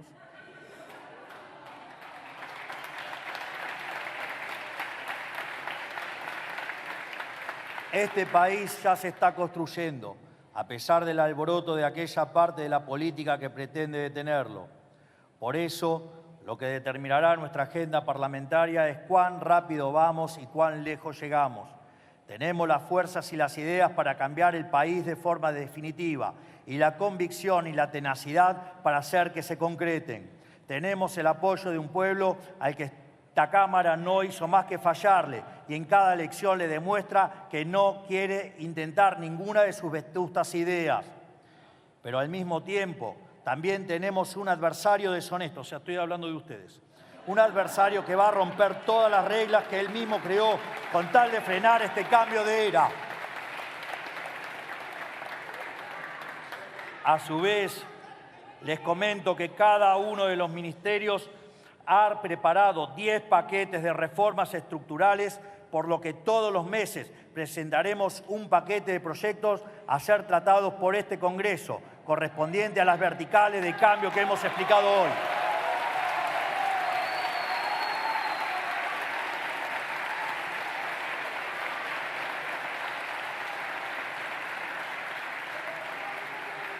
Esto constituirá el año calendario de la reforma, 9 meses ininterrumpidos de reformas estructurales que van a rediseñar la arquitectura institucional de la nueva Argentina.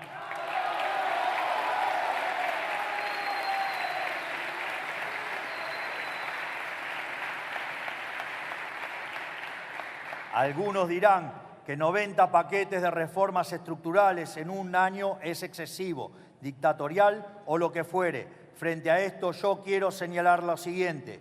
Nuestra ambición reformista no puede ser entendida como una intentona por acumular poder. No es, ni nunca será, un vamos por todo.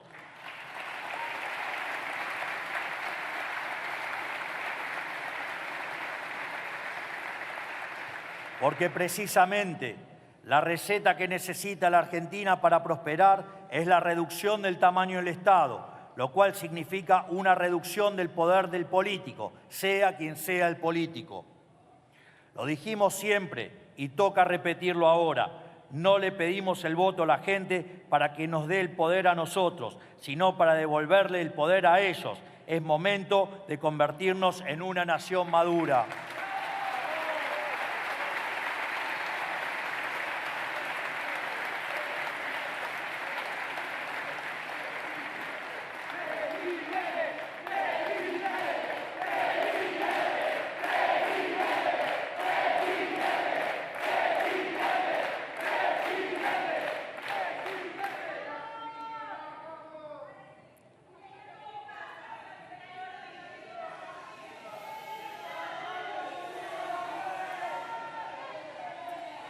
Quiero ahora leer algunas palabras que me ha enviado en el día de ayer otro de los más grandes economistas del planeta, que es el profesor Jesús Huerta del Soto.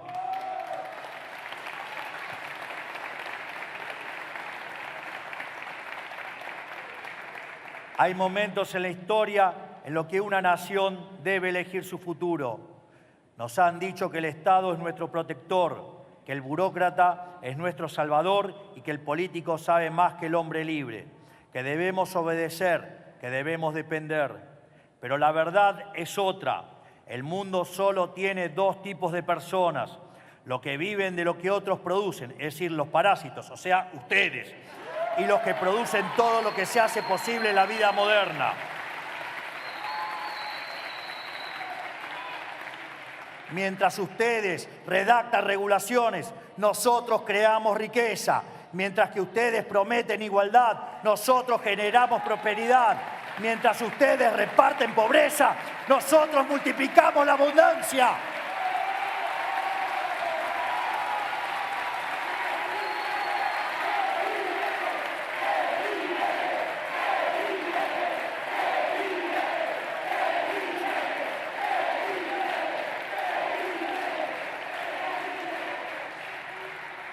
La verdadera batalla de nuestro tiempo es cultural, filosófica y moral.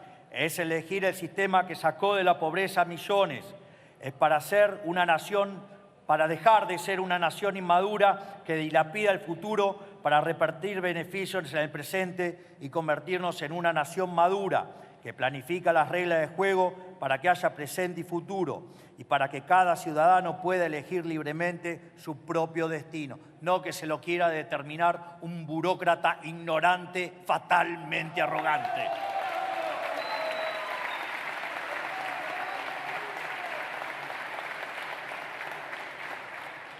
Gobernar con responsabilidad es gobernar para los argentinos de hoy, pero también gobernar para los argentinos de mañana.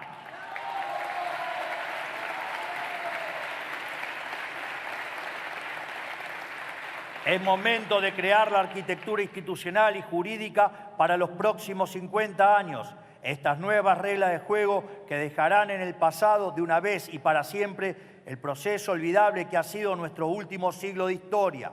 Nuestro país está saliendo de la adolescencia e ingresando a la mayoría de edad y por eso consagramos a este año como el año de la grandeza argentina.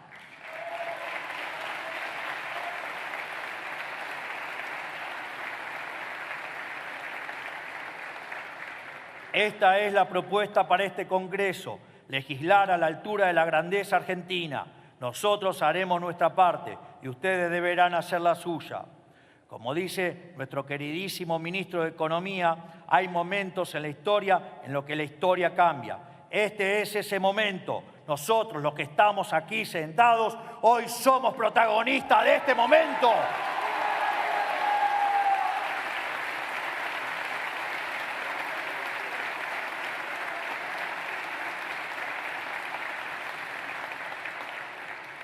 Los invito a pensar en sus nombres grabados en piedra, como aquella generación que cambió el destino de nuestra patria.